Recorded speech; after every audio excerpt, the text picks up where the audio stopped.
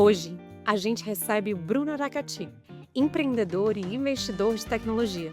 Ele hoje é o CEO da DrumWave, Venture Partner da Avalutia e também cofundador da Colab, uma GovTech premiada que conecta cidadãos ao governo. Bruno é uma das vozes mais ativas quando o assunto é inovação, impacto social e o futuro de dados. E afinal, dados contam histórias, como eu sempre disse. Vamos descobrir a do Bruno. Bruno, seja muito bem-vindo. É um prazer ter você aqui. Cada vez mais as empresas e os consumidores eles vão entender que o melhor caminho, o mais produtivo para eles é compartilhar o valor desses dados, né?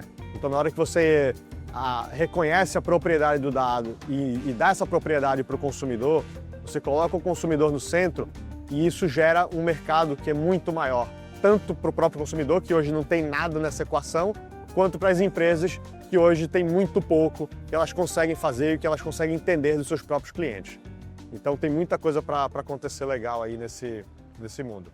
Sejam bem-vindos a mais um podcast aqui do Finanças do Amanhã, no Rio de Janeiro, sua segunda edição. Alguém muito especial que compartilha uma paixão sobre dados e empreender e inovar. Seja bem-vindo, Bruno Aracaty. Muito obrigado, Bianca. É um prazer enorme estar aqui contigo. Sempre. Você esteve aqui na nossa primeira edição do Finanças do Amanhã, conversando sobre essa loucura de uma ideia de mudar o mundo, que é um pouco da sua trajetória.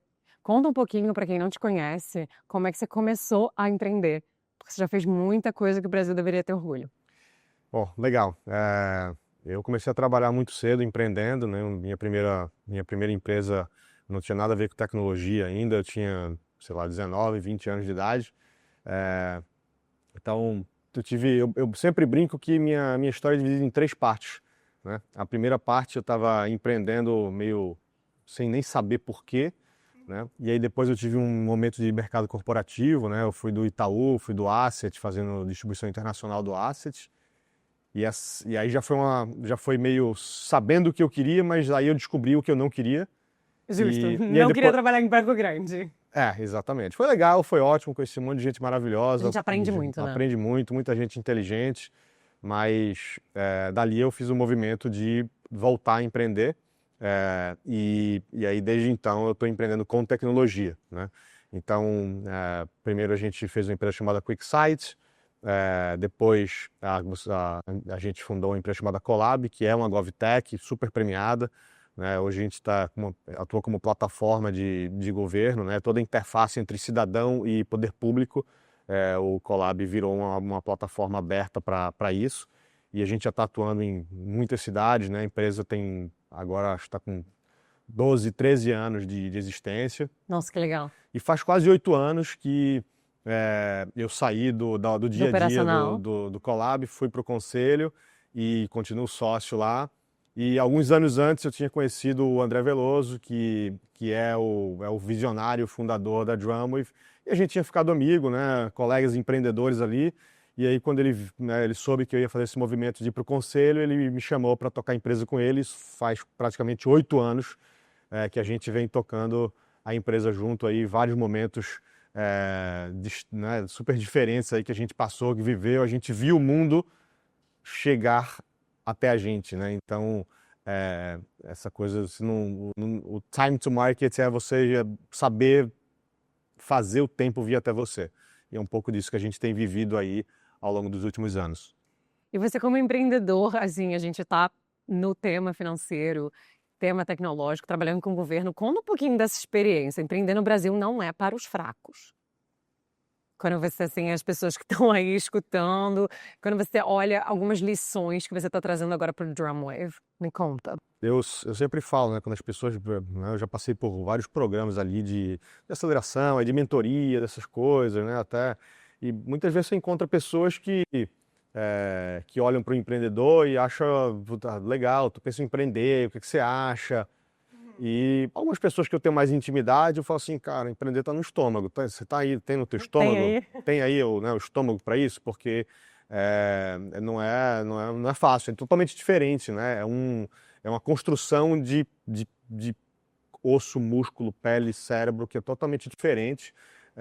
E aí eu recomendo, mas ao mesmo tempo, assim, será que é o teu perfil mesmo? Né? Tenha certeza que é para você, né? Não vai achando que empreender é Flores, e que lindo, eu tenho a minha empresa. E conta um pouquinho dessa... Como é que você conheceu o André visionário de dados, com uma visão, assim, muitos anos-luz, né, de tudo isso. Eu acho que até por isso que a gente se conectou, por essa paixão por dados. Conta para quem não conhece o que é a DrumWave. All right, can I switch Of course you to can switch to English. Okay. We like being very multilingual here. So let me do the question in English. Bruno, you've been an entrepreneur. You've built one of the biggest technology companies that serves governments and citizens all across the world. Collab is well renowned. And he was doing this well before people had crowdfunding, open source, and technology. And here you are leading one of the revenue charges of a company that's going to change the world. Like we all know, we've been talking here at Finance of Tomorrow around the tokenization of the planet and the fact that we're all surrounded by data each and every day. And the opportunity that is for Brazil and for the world. Tell us a little bit about DrumWave and this new, not so new, 8 years, but yes, this phase of your entrepreneurial career.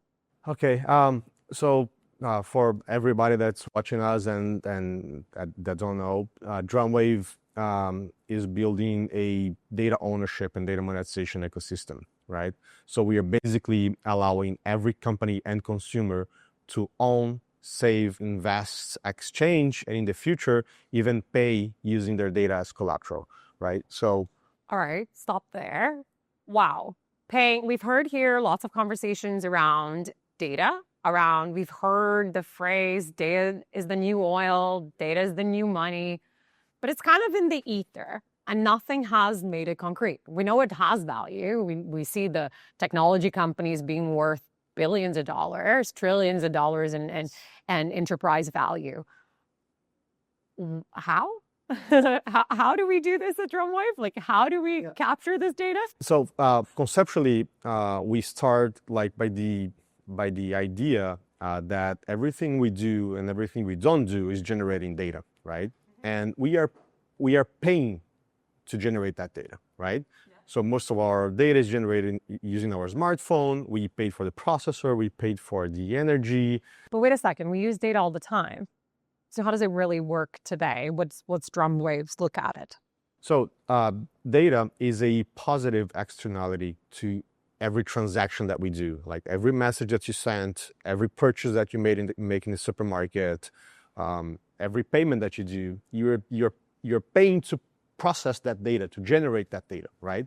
And because you're paying, it like strikes us to think, wow, that should belong to me, right? Mm-hmm. So there's an asymmetry here. Yes, so that's exactly what it is. So when we look at the big techs, they are now trillion-dollar companies. In their valuation is built on top of the asymmetry in the value of their data, right?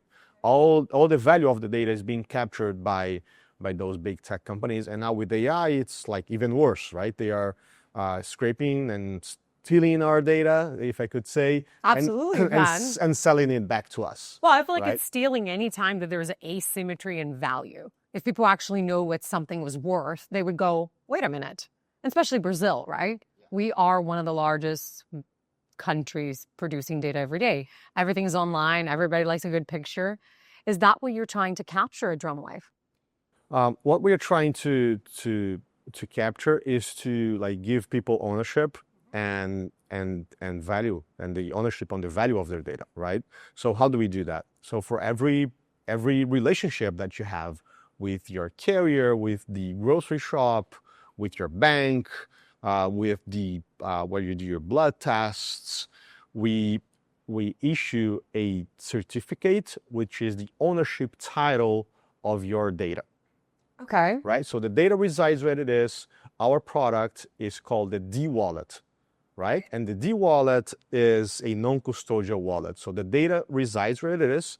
What you have in your data wallet is a pool of data certificates for every relationship that you have. So the data certificate says, hey, you have my data in that specific format, and we are going to share the value of it. Why do I say share the value? Because the certificate establishes the shared custody on the value of the data. Because the data belongs to you and the bank, to you and the carrier, to you and the grocery shop at the same time, of course, right?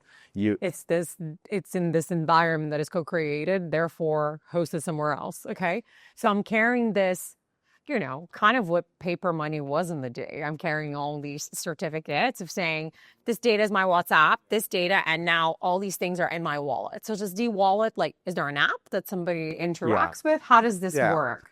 At the beginning, of course, we'll have an app, but the wallet platform is API first. So the wallet will reside wherever, anywhere. Right. So it can be a tab inside your bank app, can be a separate app that your bank created to serve you, can be anywhere basically, right? Because I guess you see it as just another asset class, and one of the most valuable asset classes, like we've talked a lot here at Finance of Tomorrow with the Central Bank of Brazil, with the CVN in Argentina, and they're all saying, all right, there's a general consensus that the whole world is data. Yes. And then there's a whole process around tokenizing. So does DrumWave need to wait for this tokenization of data, or are you building this API with stuff that is already out there? Yeah, we are building something that is not copying data, is not duplicating data of the world. So it's basically saying, hey bank, hey carrier, you have my data, that data belongs to us. Put in that format and connect through the wallet rails, right? Okay. So I get my certificates, and then we have this other innovation, which is called the data savings, right? So I remember, sidebar, I remember the first time I met André Veloso and Bruno, and I started realizing that they shared this feeling that data is a huge asset class. So I was like, where's the liquidity pools? How can I make money out of this? So give us this so this idea is that I'm going to take any citizen, take their data that they're already exchanging with what they do each and every day. Yep. And then I'm putting it in an API layer. What we've seen, we heard here, we had the CEO of Open Insurance, the CEO of Open Finance. These are all already moving legislations and understandings that the new rails of finance are API driven. Yes. So then what do I do with this? I now gather my data from my dentist or something. Yeah. And then how do I save it? So how do I turn this into something I can touch? Yeah, so the certificate is the asset, right? So the financial asset. Imagine that the D-wallet is your bank account. Mm-hmm. If you put $100 there, it's going to stay $100 forever, right? Yeah. But if you choose an investment fund or a retirement plan, that money is going to yield for you, right? Yeah. So it's the same thing for with the data savings. But instead of contributing money, you're contributing data, the financial asset that is your data certificate. The underlying asset, the value that guys... Yeah. And how do you establish value? Yeah, so we went very deep into this. So we had data valuation algorithms embedded into our platform, but we do not intend to value data by ourselves. So we created a non-profit organization based out in Bar, Switzerland, that is called the International Data Reserve. So the International Data Reserve is going to function as the BIS or a central bank for this new asset class. Okay. So the ecosystem that we are building is formed by personal D-wallets, business D-wallets, and those two entities are sharing the value of their data, and they are being served by the equivalent in the payment arrangement world is the equivalent to the issuer and the acquirer, which we call the data agent. So the data agents are the ones distributing, issuing the wallet credentials, distributing the data savings plans, and they will have seats on the International Data Reserve, right? So just like we have the BIS. I think that's a great. So you're effectively saying, wait a minute, there's this huge underlying asset, just like we had it in gold when we digitized gold. We're seeing it now with a new asset like Bitcoin. And you're saying, I need a reserve, but there's no limited reserve. Bitcoin today has a limited reserve. You're saying I need a regulatory body to understand the liquidity. Yes. And the interest yields. Yes. And how this thing is going to be priced. Yes. Okay. Today, data is already priced. I think I've been saying this for 15 years, as an identity expert, you could buy identity on Thor online and dark web. There's already a value to it. We see it indirectly, there's a cost to advertise to on Instagram. There's a cost to, you already have value. How do you see that happening and becoming real? So we incorporate all the current valuation methodologies to establish a base price to each So like a scheme of data. benchmark saying, Yeah, it's a benchmark here. Yeah, to kick off the ecosystem, right?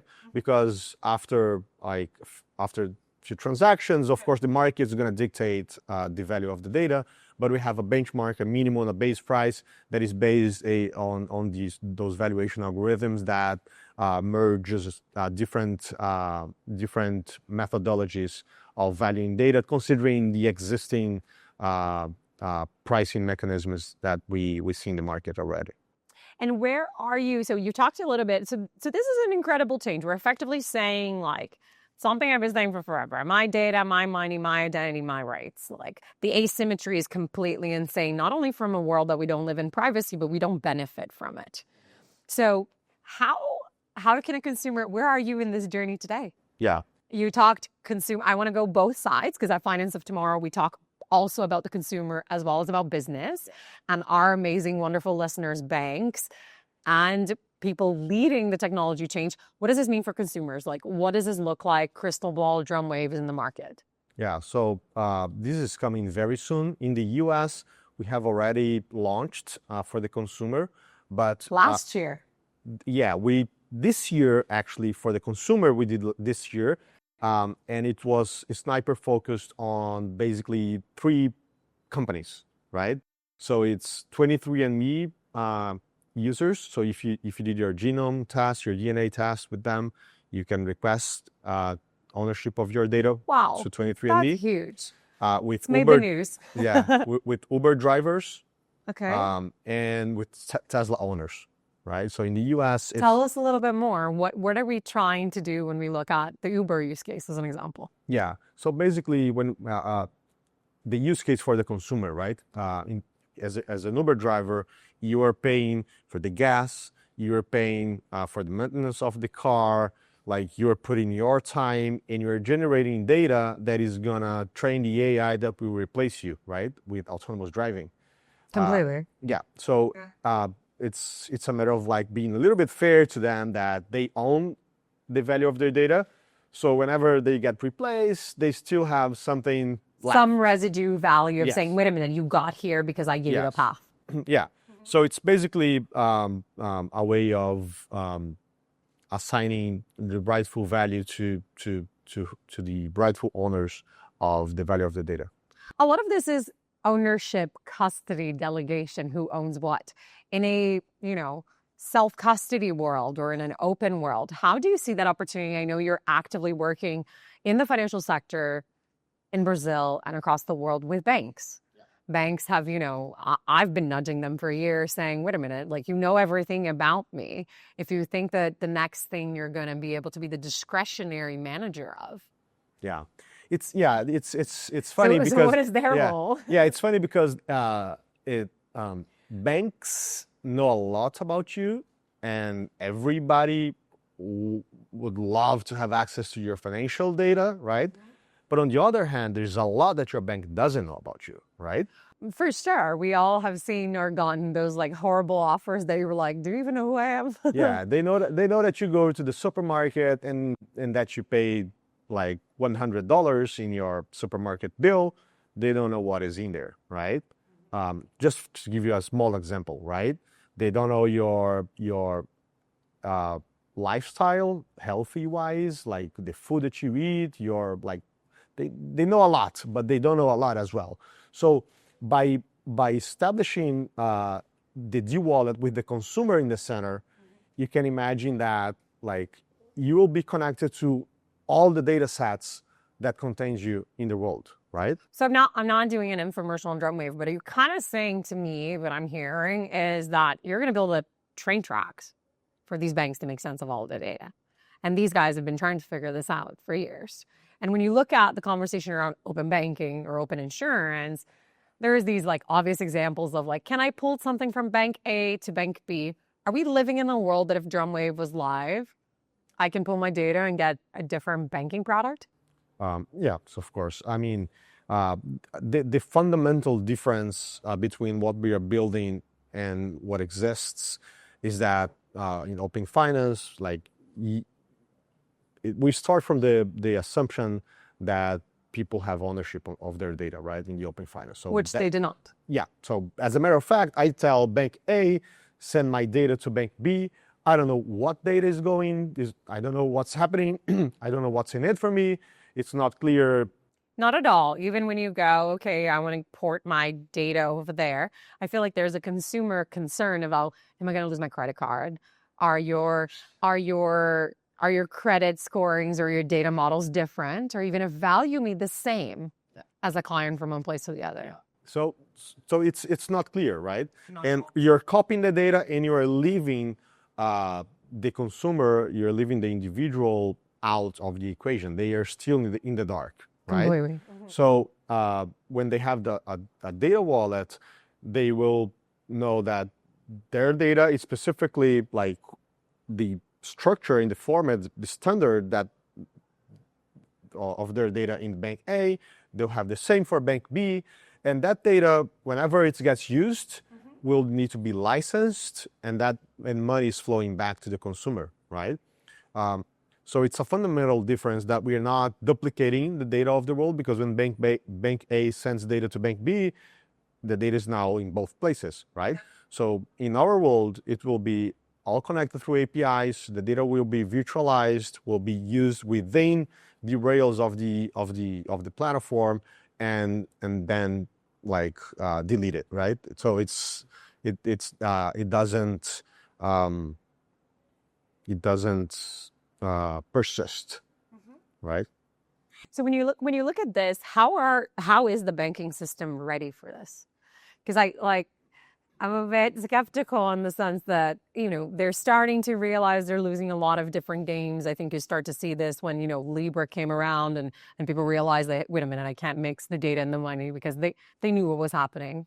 But it's still early days. And this whole notion of custody is something that you really think about, delegation of custody or custody when it comes to savings accounts or other financial products that programmable data allows you to do with a certificate. I think banks have yet to really fully understand where their role plays, especially when you look at delegation in business. This is a huge issue. So give us a little bit about your view in the world right now. Yeah. So here's my story, like when we talk about banks, right? So 2018, Save 2019. The PST. Yeah. 2018, 2019, we were already talking about this idea in a different format, with different like level of complexity. But we were talking about this type of idea, and banks were like, forget about it. No one is touching our data. Our data our data is not even in the cloud, right? Yeah.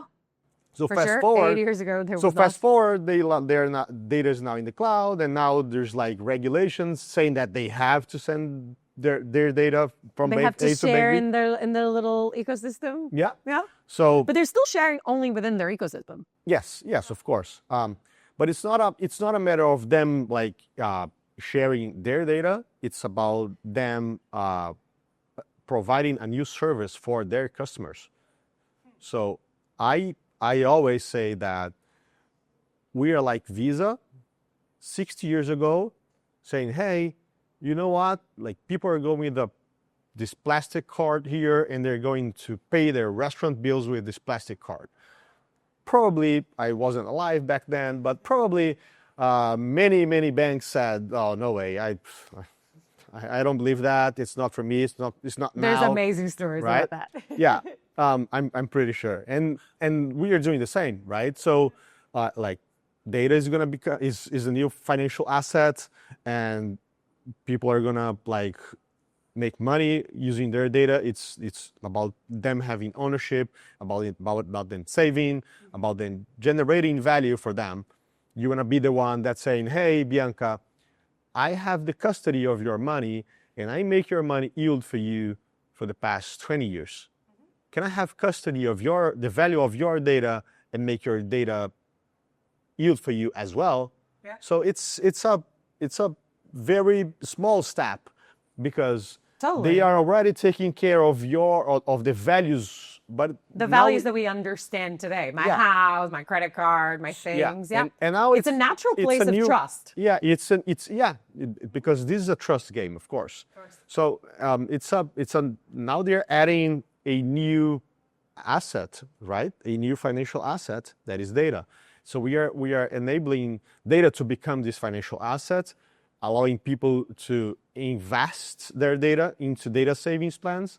And the data savings plans, they have the rules for you to what data can be contributed, what use cases. So is there an LLM that wants to use that type of data to train their models?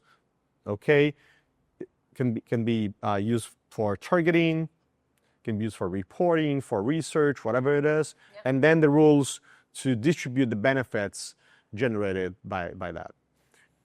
And there is another aspect in terms of value for the consumer, which is it's even more difficult for people to grasp before it exists, which is like Let's try our audience, shall we? yes. So it's you asking things to your data about you, you knowing more about yourself, because now you have all your data like serving you. And maybe you're not going to be in the end that is receiving money because your data was licensed. Maybe you're going to be paying because you want more data to help you ask questions about yourself. Completely. Or maybe I'll be paying for an Ingenic AI to look at it, to prompt it, to sell it. So do we have a stock market coming? Like, how does this whole thing, like, for me, I often say, like, the entire financial system has been built wrong or built in the construct that it was. It was never intended in Medici for be a system for all. So it doesn't surprise me that we didn't think of people to begin with. There's no identity, therefore there's no ownership, I can't target an asset class. So this change that we're seeing now of also like values of saying, wait a minute, this is mine. What value do you contribute? That's what technology has allowed you to do. So do you see a future in a world where I'm going to have many custodians of the different parts of my world? Yes, I think so. And it's going to be maybe driven by your expertise, right? So you can have. So you'll see like a verticalization type of thing? Yeah, I of course it's the same for the investment role, right? You have generalists and you have specialists, right? So maybe you want a generalist to take care of everything for you because it's easier, but maybe you want to say, okay, I want to have my health data being taken care by someone who really understands health, or someone who really understands finance and etc. Right? So it's gonna be diverse in that sense. And what are you in the phase now? So you've launched this in the US. You're actively working with this in Brazilian banks and across the globe. What's next for? Yeah. So in Brazil, the go-to-market is being driven by the payroll-backed loans. So we are starting a pilot with a Brazilian government entity and other banks that are piloting with us. So we have recently conducted the kickoff of this project. Okay, congratulations. So it's not an easy thing to bring governments and big banks together to do something they've never done before. Yes, and then we are in this process of creating these market making thing of us going directly to the consumer, because as the end stage of our platform is to be driven by data agents and serving personal and business wallets, right? But DrumWave in the beginning, we will act as a data agent to put out strategies to make the market and make it happen, like delivering the experience, delivering like all the look and feel of how is it gonna be for you to see your data, look at your data, touch your data, and be able to extract value for yourself in many different ways. And what a change, right? Like in a world where if I had a crystal ball, do you see a future? Like when I hear you talk, I hear, an entire thing. We can look at like the crypto active market making, liquidity, exchanges, wallets, products on top of it. There's an entire new economy. Yeah. But yet an economy that exists in silent and other people's P&Ls. Is that the change? Yes. That data becomes part of people's actual P&L as an asset class. Yes. Valued, traded with proper treasury. Yeah. And maybe we're going to have a finance of tomorrow just about data. Yeah. We register a trademark that is. All right. I'm right on the money. Yeah. So it says data cap's the new market cap. So we have this concept of data cap as like companies and people, but mainly companies at the beginning, of course, having like data as a line in their balance sheet, right?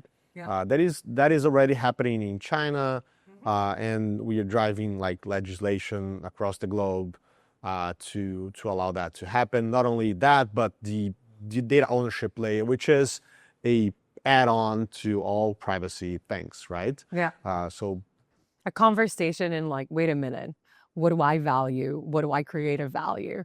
And which part should be mine today and tomorrow? Yeah, I think more than 160 countries have privacy legislations, right? But privacy basically tells you to accept cookies. But yeah, that's we need a whole other podcast for that, and we might bring Andre and have like a philosophical discussion about this in the next one. Bruno, thank you so much for sharing at DrumWave. I'm a huge proponent of changing the parameters and allowing us to ask better questions. I think data has always been a story about telling better stories, whether it's me finding out my horrible habits or who's been listening, but hopefully me building prosperity. I look at Finance of Tomorrow, one of our biggest goals here, and why I wanted to have you in this podcast is we believe Brazil has a huge place in Latin America for protagonism in the next few decades to come. After all, we are one of the largest manufacturers of this beautiful asset class that you chose to invest your career and life on. So thank you so much for being part of the podcast. Thank you, Bianca, very much. We will leave with you all the notes for DrumWave for you to get involved. They're fundraising, they're growing, they're doing a lot of pilots, and Bruno is just a wonderful person to keep in touch with. The shows will be in the show notes. Thanks for watching. We'll see you next time.